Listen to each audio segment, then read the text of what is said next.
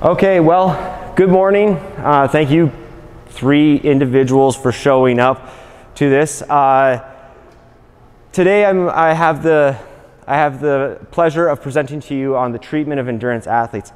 Now, the first thing that I want to highlight is that this talk is actually going to come from more of a point of perspective rather than from the science. It's not saying that we're not actually going to be presenting the science. Everything that I do from a day-to-day basis has scientific background. But what we want to focus on more here is what is it that I actually do once an athlete presents to my clinic. Now the question is what about me? Who am I? Well, my name is Menta. I'm a competitive age group triathlete. I've completed 6 70.3 Ironmans, one which was the World Championships back in 2018 in South Africa. And more recently, I completed a full distance Ironman in 10 hours, 44 minutes in Penticton, Canada. Hopefully everybody knows where that is.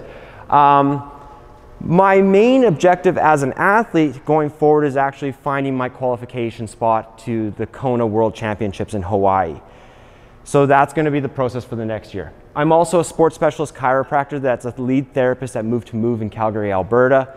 I graduated with a postdoc fellowship so I graduated from CMCC in 2013.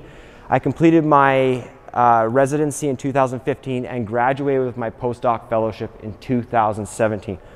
Well, at CMCC, I had the opportunity to work with Taekwondo, soccer, endurance athletes, and a multitude of professional sporting organizations.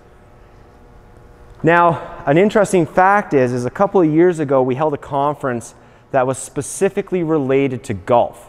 And while I was in CMCC, I actually did my master's level research in golf. So I thought I would have been presenting there, but instead I have the pleasure of presenting to you today based on something much more passionate to me, which is endurance athletes.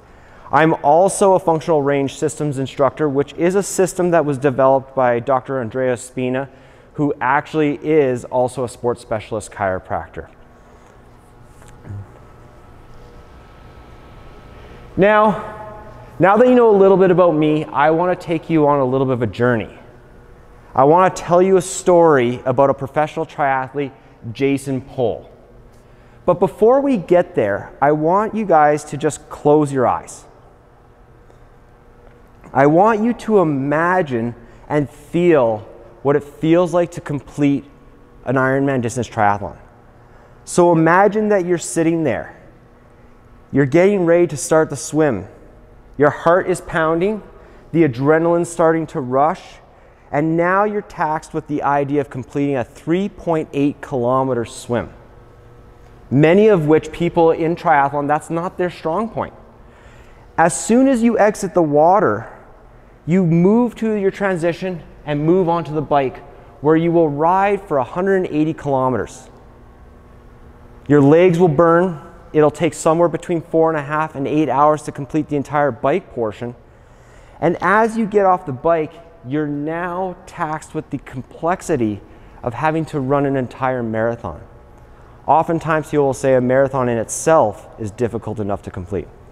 Now, I hope that you still have your eyes closed. And now I want you to imagine that there are people, sponsors, companies that are paying money for you to wear their name on your jersey. They're paying for you to get to races, finish, and have that end line feels with their name on their jersey. Now imagine the injuries start to pile up, one after another. And now these companies are coming to you saying, if you don't start to win some races, we're gonna have to pull our sponsorship away. Do you feel that kind of sinking feeling inside your stomach? That is the reality of many professional endurance athletes. They're not like your hockey player. They're not like your baseball player. They don't get money whether they win or lose. They have to win races and they have to rely on their sponsors. So now I want to tell you a little bit more about this individual.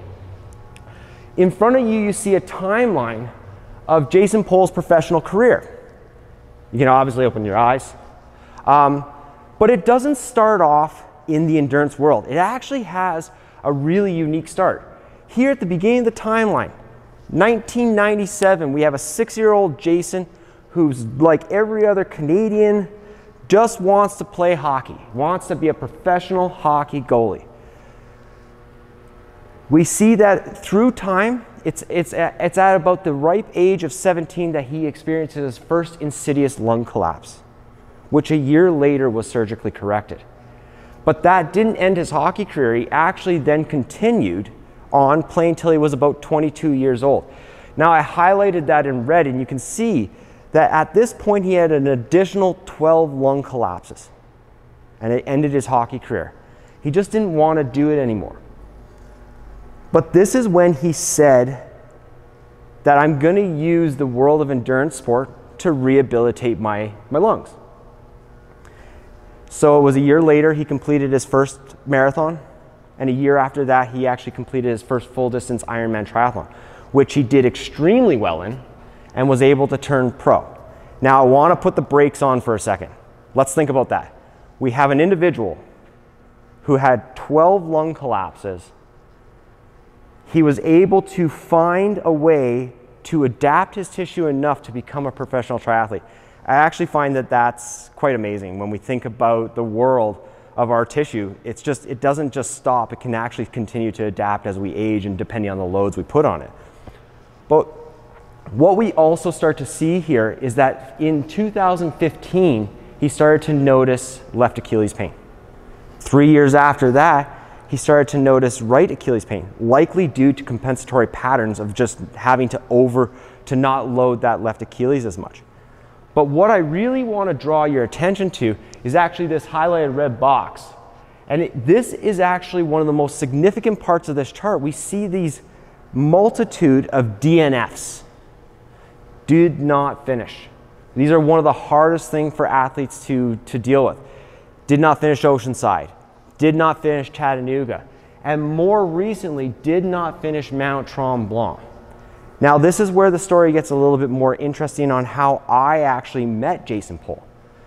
So what happened was he got into the race, had pain on the bike, got onto the run, got bad Achilles pain on the run, pulled off to the side, pulled out of the race, had a terrible time, and then ended up back at his hotel room where he made a social media post saying, I'm okay, everybody that follows me, but I had to pull out of the race because I'm having really bad heel pain. Knowing Jason from just previous interactions in Calgary, didn't know him super well, but I kind of reached out to him on Instagram saying, oh man, that's really horrible. I'm really sad to hear this, but if you're ever coming through Calgary, because I know you live here, give me a call, let me take a look and let me give you my opinion. And that's when he said, actually after the Ironman in Penticton, which I'm going to watch, I will be coming through Calgary and I wouldn't mind you taking a look at it. And that's how we got to this point. So when he presented to my clinic, this is what I saw. If you don't know what we're looking at, we're trying to focus your attention right there. That's not normal. So before he actually came in, we did have diagnostic imaging conducted just so that we would have a better understanding of what was going on.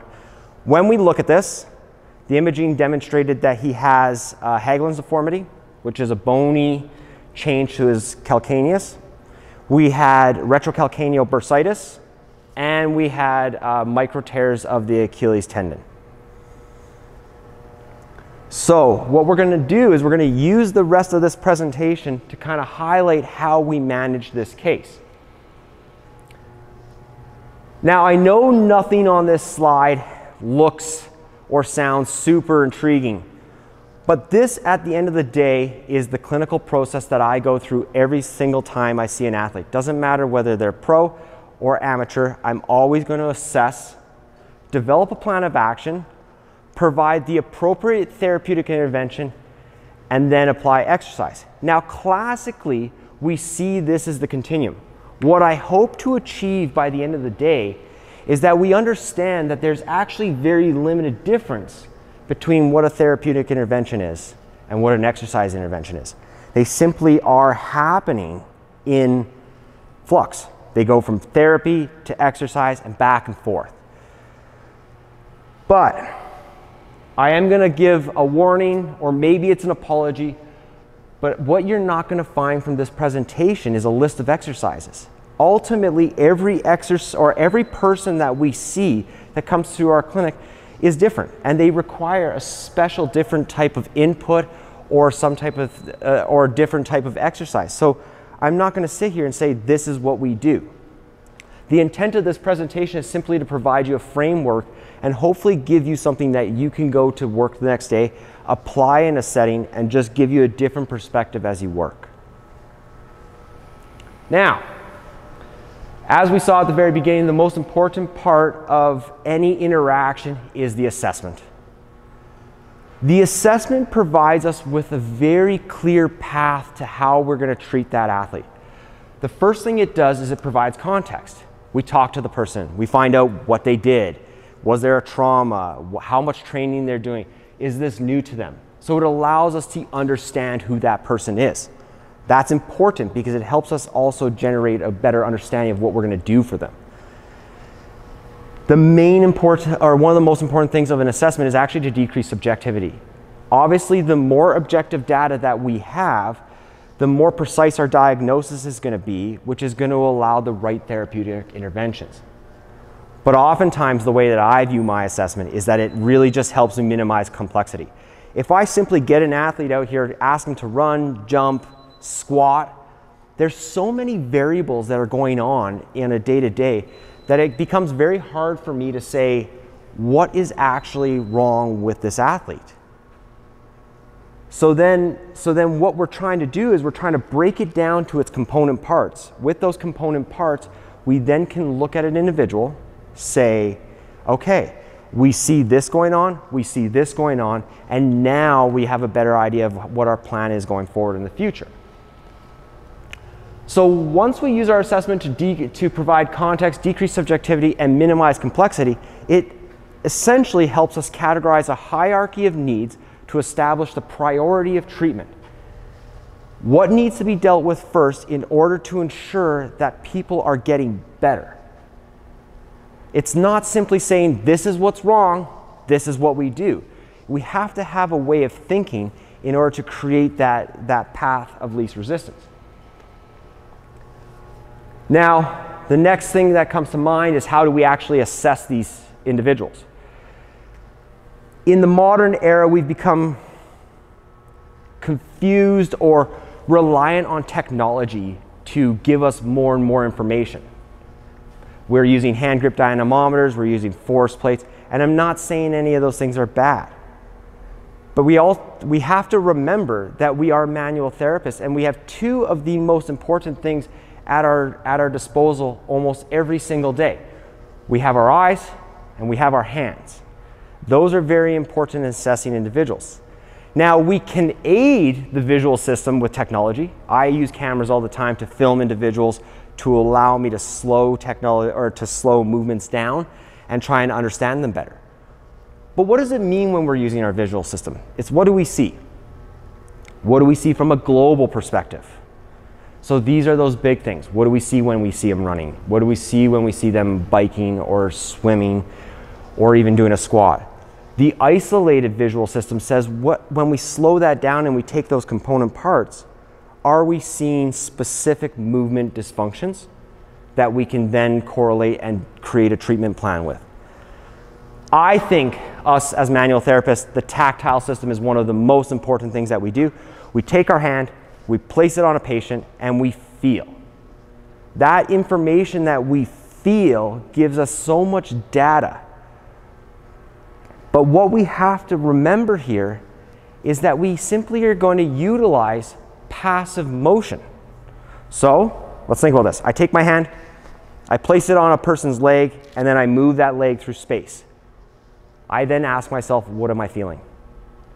If I feel global tension or contraction, we're using passive motion. That doesn't make much sense. That tells us that the nervous system's kicking in, and we likely have things known as neurological tightness. Or do we feel certain areas of tension or specific lines of tension? Isolated tension or mechanical tension indicates that there may be some tissue dysfunction. Now, I'm going to draw your attention to the screen, and we see that this is a sped up video of me assessing spinal segmentation. We also are using this to see if we can generate spinal flexion. We're seeing if we can get perspective. Here I'm palpating into psoas tissue, trying to feel tension. Again, same thing there. And that is our athlete, Jason Pohl. So I just want to highlight that these are very important into how we work with people. Use our visual system, use our touch. Now I want to revisit the case that we started with, and what are some of the things that we did notice with Jason. So during our global findings, we utilized controlled articular rotation, or CARS, which are joint-related circles to assess the full workspace or the greatest amount of motion that they can move through without other compensatory patterns. Here we have, when we saw his spine, he had an inability to flex the lumbar spine. He had coupling of hip rotation associated with spinal rotation. His hips, particularly, we noted that with internal rotation of his hip, we had anterior pelvic dumping or tilting, and there was just limited ankle dorsiflexion, almost upwards of 0 degrees. During the bike assessment, we saw that there was a decreased ability for him to drop his heels. He had no ability for lumbar spine flexion. And if anyone knows anything about like time trial position, it's a really aggressive spine flexed position that that's ultimately required. During the running assessment, we also started to see significant anterior pelvic tilting that exaggerated that lumbar spine lordosis. But when we look at these global findings, it still doesn't really tell us what's wrong. We just know that there is something wrong. So then when we take it a little bit further and we go into our isolated findings, we noticed right off the bat that during palpation that we had bilateral tenderness over his Achilles insertion. He had some neurological tightness in his quads, and he had some neurological tightness in his hips. Joint range of motion assessment revealed bilateral limited SLR with no radicular symptoms, so it wasn't discogenic in nature. He had limited knee flexion, and his hip ER was absolutely horrible. We also have to remember this guy was an elite level hockey goalie. Where did it all go is the question we have to ask. We had closing angle joint pain with left hip flexion and internal rotation, often known as the Federa orthopedic test for FIAI. Bilateral ankle dorsiflexion restriction with opening angle pain or tissue tension on the posterior side of the ankle. And then we've had bilateral navicular motion dysfunction. That's me palpating his quads. So we got to the point where we understand that the assessment obviously is important because nothing can actually happen if we don't assess. We have to do that. We have to use our hands, we have to use our eyes, and we have to understand where we're going. The next thing is, what is the plan of action? Treatment plan, whatever you want to call it, but that we here call it the plan of action. And this is probably the most important slide of the day. This is the framework that once we've provided an assessment, we move through this hierarchy and determine the needs of the individual and the specific parts of the body. So the first thing, we cultivate space. We assess. If they do not have the appropriate range of motion of a joint, you start by creating more space in that joint. This can be done through soft tissue interventions. It can be done through things known as pails and rails. I'm not going to go into that. Then we start to say, once we have created the appropriate range of motion, our next job is to change the connective tissue architecture. So let's pause for a second. Let's realize, if a person had 0 degrees of ankle dorsiflexion, and then you created an additional 10 degrees of passive or active range of motion, you've essentially changed the length of the tissue. But that doesn't mean that that tissue is high quality yet. So our job is now to start producing loads through it to make that new tissue stronger.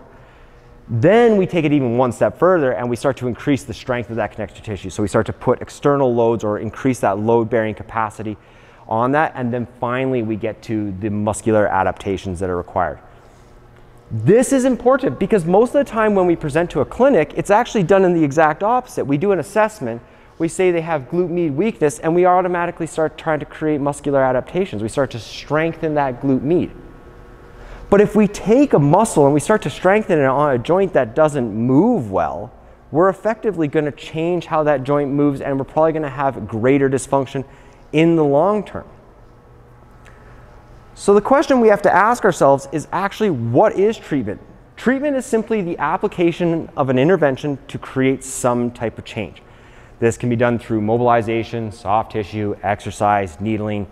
Anything that you do in a clinical setting is the application of an intervention to create change.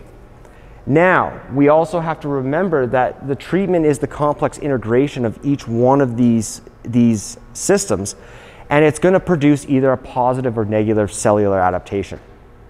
We almost always think that treatment's going to be positive, but if it becomes too passive or it doesn't have the appropriate load-bearing capacities, the tissue is ultimately going to regress, and it's going to become weaker, and we're going to have those negative cellular adaptations. Now, when I was thinking about this presentation, I originally thought I was going to go in the direction of all exercise, all exercise, all exercise. But at the end of the day, I'm a manual therapist, and I do use my hands a lot. And then there's, soft tissue is often a very contentious area right now. So what I want to do over the next couple of slides is start to explain the science and the rationale as to why soft tissue therapy is utilized and why it works. First off, we're going to look at some of the cellular mechanisms, what's actually happening at the cellular level. We're going to look at how the bioflow or the anatomical continuum will influence why soft tissue is a therapeutic intervention. And then we have to understand how myofascial force transmission actually occurs in the body to understand that we can produce long-lasting changes. So let's dive in right away. As you can see, this large chart on the back here is effectively how we understand that tissue changes. Now, what I'm going to demonstrate here is this can be applied both to a soft tissue intervention and an exercise. They're working in tandem. They're just one is more specific or directed load versus one is more of a global load. So if we think about it, if we put a mechanical stimulus in and we want to change it to a chemical stimulus in a cell, that's known as mechanotransduction. So we put the mechanical stimulus in. The tissue feels that force. So in this case, we're taking our hand, we're using our thumb, we're applying tissue, that tissue experiences force. What then happens is we start to get cytoskeleton rearrangement, because cells will always move to areas of increased tension. This is known as durotaxis. That cytoskeleton rearrangement actually then starts to cause there to be a change in the way the cell is perceiving its information. It changes the downstream information and has DNA alterations. This produces that molecular response, which then leads to increased extracellular matrix synthesis and or degradation. Obviously, if the load is significant, we will get synthesis. If the load is not big enough or we're not experiencing it, we're actually going to get that degradation of tissue. The next thing that we have to understand is that there's been a change in the way we view anatomy. This is not new. This is 2009. But there was this old conception that we just had muscles kind of hooking into bone. But that's not the reality. What we see is that everything is, it's an in-series architecture, meaning everything is actually just flows into one thing and the other. We get muscle that turns into tendon. Tendon just becomes capsule and ligament structures, which then just flow into bone. Now, this is important because the continuum is actually continuous. When we produce isometric or directional inputs into those tissues, that tissue has adaptations along the entire line of stress. So when we see that, that then further leads us to the understanding that afferent flow, when we put information into an area that may not have a lot of information and or damage, that's going to change the way that we learn, and it's going to produce those positive adaptations. Now, myofascial force transmission is probably one of the most important things for us to understand. We know that force transmission is not linear. If we take a muscle on the proximal end and we apply a force, we see that the force is not equal at the output. But if we remember from the first law of thermodynamics, energy can't be created nor destroyed. So where's it going? Well, what we see is that there's actually three types of epimuscular pathways. We have the intra, the inter, and the extramuscular pathways. So when we view this, when we put load into tissue, what's happening is it's starting to spread laterally through all these myofascial pathways, and force is being distributed through the epimysium and the paramysium, and it's actually getting dissipated along the way. But we also have to remember that muscles don't simply start at the beginning and end at the end. There's different lengths of sarcomeres. So some of it's going 25%, some of it's going 75% of the way. There's different lengths in there, so we also see that there's force dissipation. So when we're treating an area, we go back to the idea of the anatomical continuum. We're trying to load those entire areas to create the effective change to the tissue. So when we think about, so we just took all that science, we're trying to put it back together on how we actually provide soft tissue therapy. The first thing that we have to remember is that the goal of any soft tissue intervention is to create relative slide of one tissue to the other.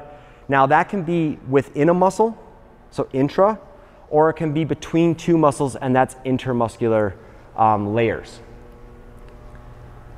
When we apply tissue, so if we think about some of the other soft tissue types or way that they're applied, there's a lot of time there's active motion that's being done.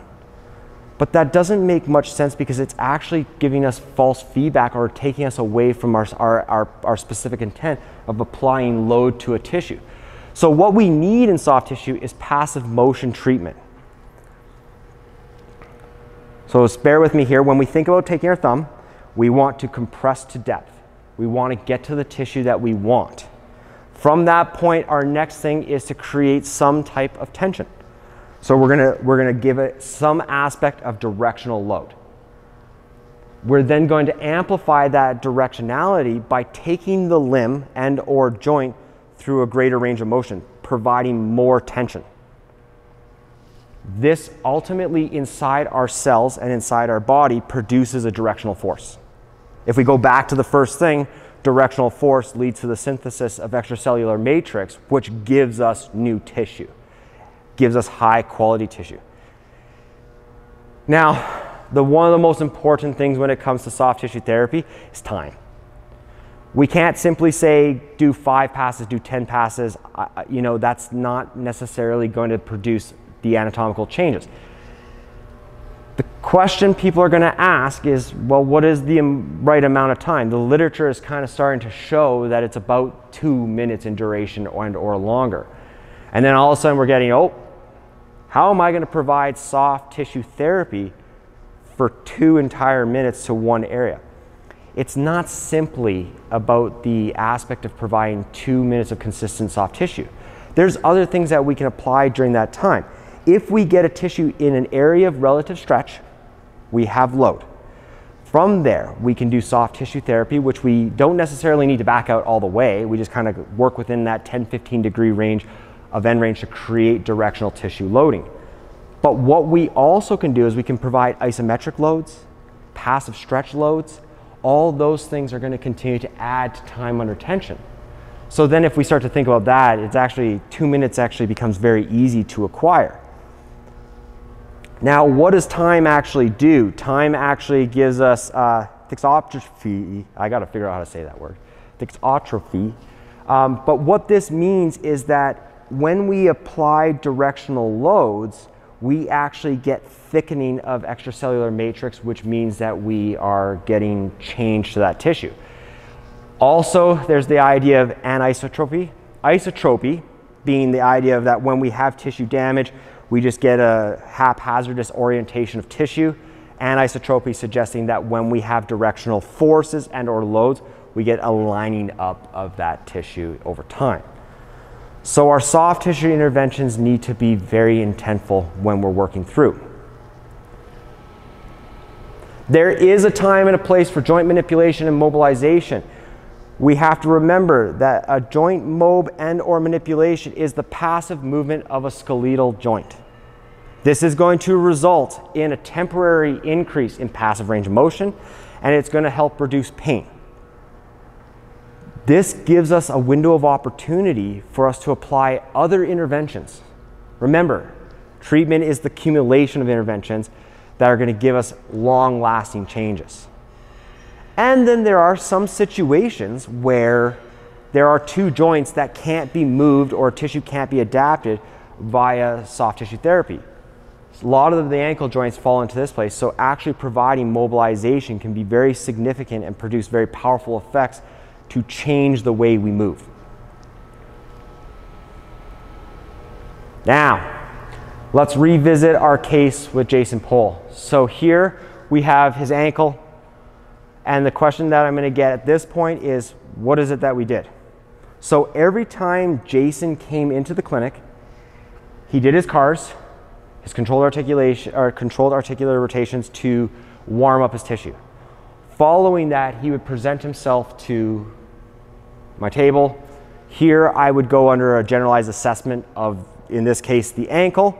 I would look at his ankle dorsiflexion. I'd say, oh, it hasn't really improved that much. Feel around, felt that his navicular still wasn't moving. So I would provide, the first thing I would do is I would mobilize his navicular. This is a really important concept because people are saying, well, why? What's the purpose of that? If we take a step back and we think about what the navicular does, it sits anterior to the talus. During dorsiflexion or ambulation, the navicular needs to rotate medially and inferior to clear space for the talus to go into dorsiflexion, increasing that space. So if we don't have it and the navicular is not moving, our job is to create relative motion first of the navicular relative to the talus. Then we applied the idea of soft tissue therapy.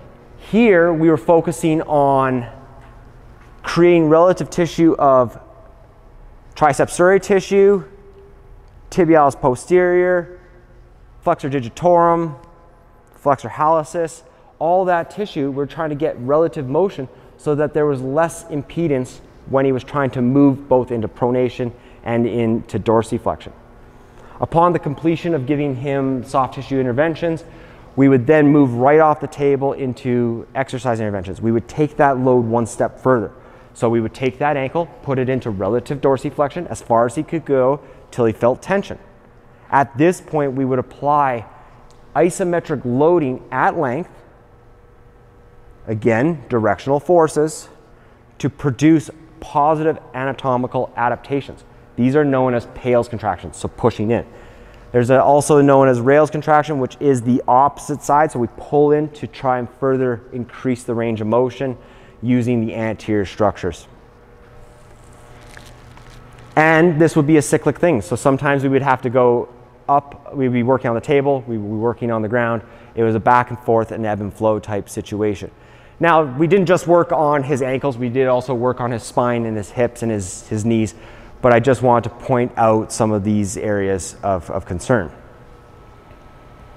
So I want to take us back to this idea of the plan of action. So as we can understand, there's ways to cultivate space, there's ways to change connective tissue architecture. Likely many of those are therapeutic and exercise focused. Again, they fit into one and the same. But what I want to draw our attention to now is more that idea of where we specifically produce exercise intervention, or where it has its role in the therapeutic process. Once we get good space, good tissue, we then start to load that tissue. Sometimes we use external load, sometimes we use time under tension, but oftentimes it's just simply exercise that we're doing. Also, we then have our muscular adaptations.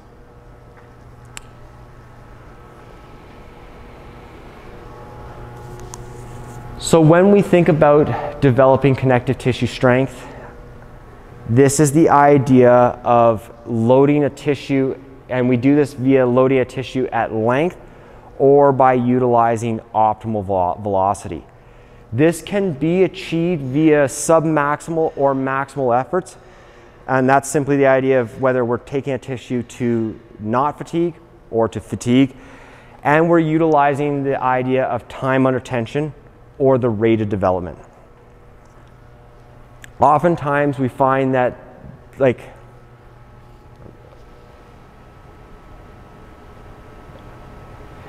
so in this video, we can see that we're taking Jason into hip external rotation from an internally rotated position.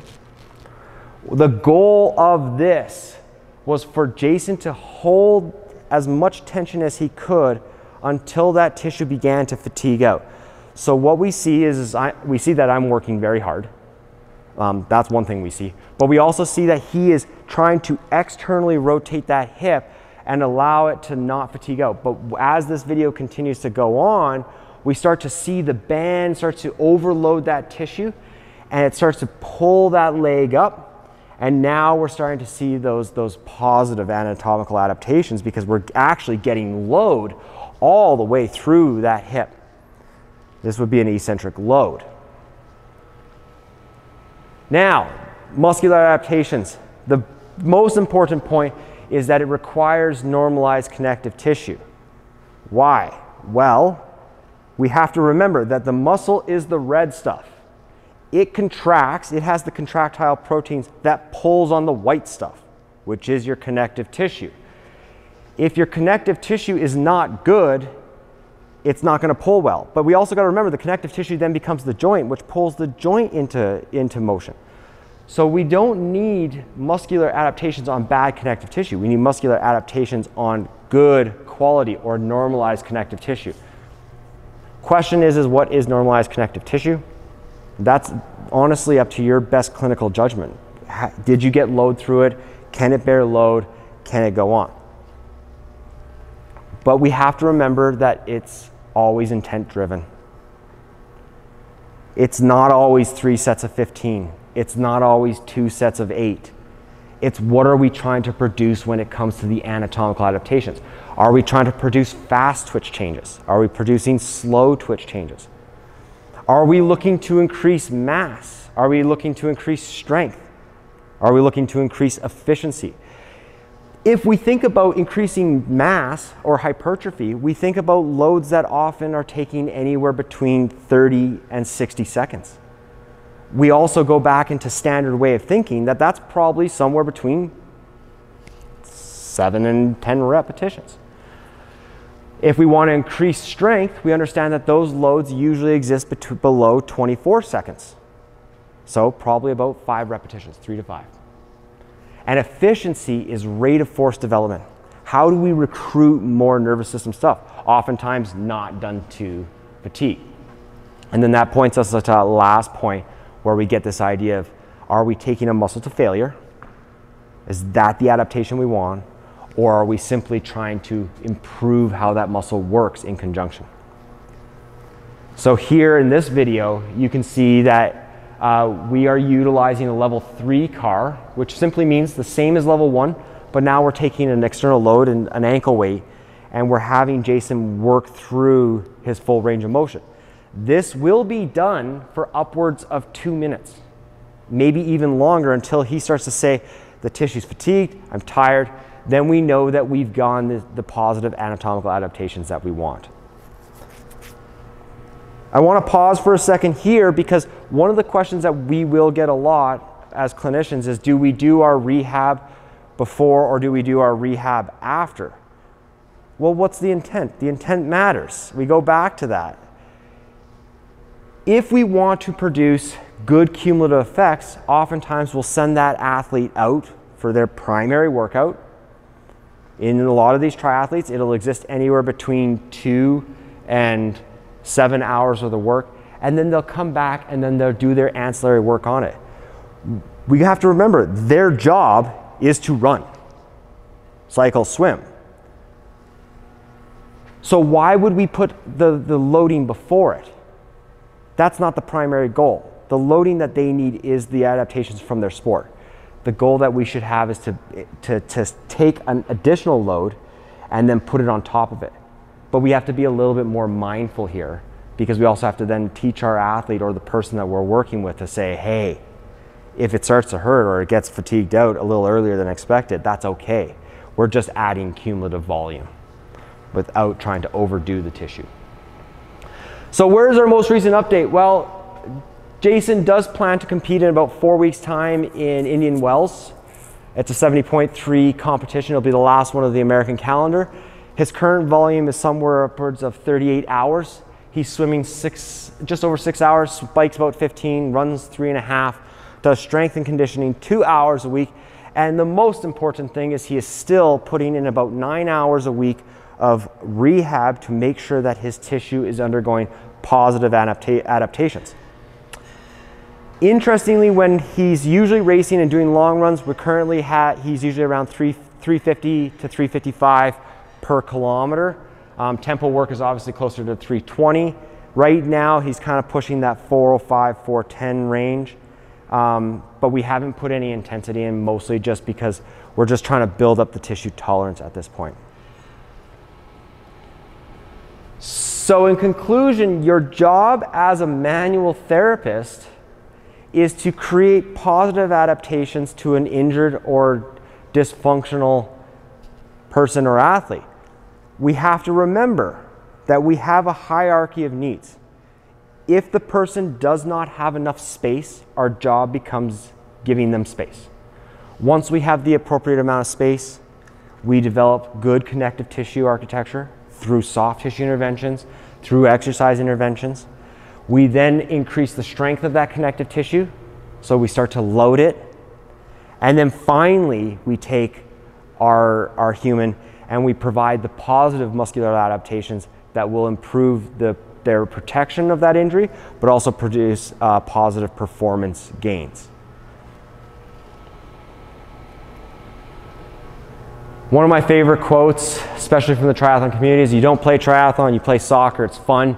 You play baseball. Triathlon is work that can leave you crumpled in a heap, puking on the roadside. It's physical brutality of climbing Mount Everest without the view from the top of the world.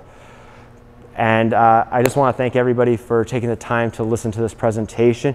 If you have any questions or concerns or comments, you can reach out to me at my email and or reach me on my Instagram. Thank you.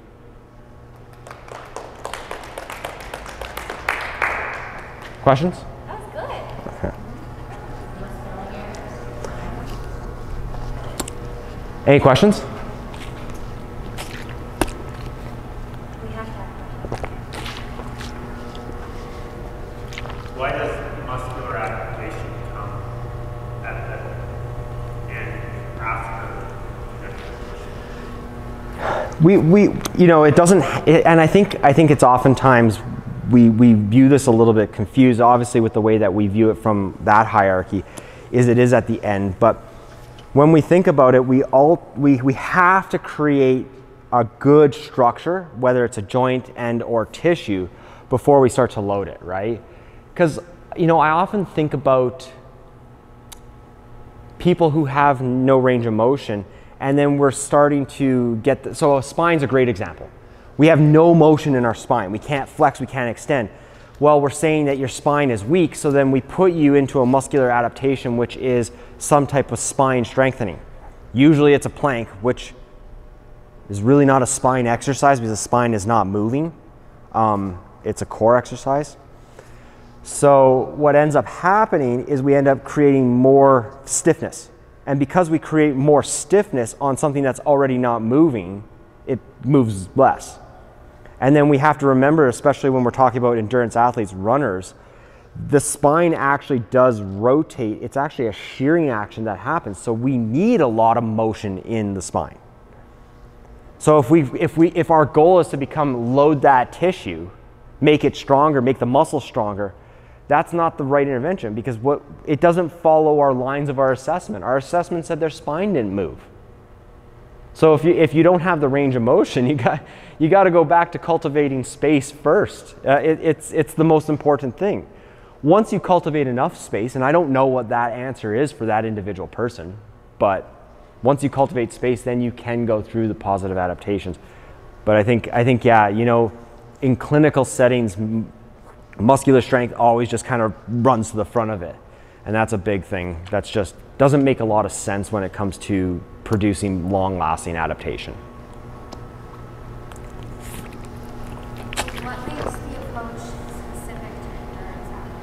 It's not, and that's the beauty of the approach, right? Is that it doesn't matter who presents to the clinic. We go through the same thing, and especially in our clinic here, none of us are disagreeing with the fact that we assess, create a plan of management, and then do some form of intervention, which is a combination of everything. So that's the beauty of it, is that it's not unique to endurance athletes. We just, in this situation, applied it to that. And, you know, I think that we have to be mindful when we are, the difference that we have to remember with endurance athletes is they're a different breed. They want to get back to competition as soon as possible. They want to get back to running as soon as possible. So that's why your therapeutic plan of action also needs to be like, okay, well, we got to get your ankle dorsiflexion. We got to get you back to running as soon as possible, because that affects their mental and physical health. So I think it's not unique to it, but I think that that's a strong point, is because we're just having to understand that there's, you know, we have to go through this thought process more than anything with any human that we have in front of us.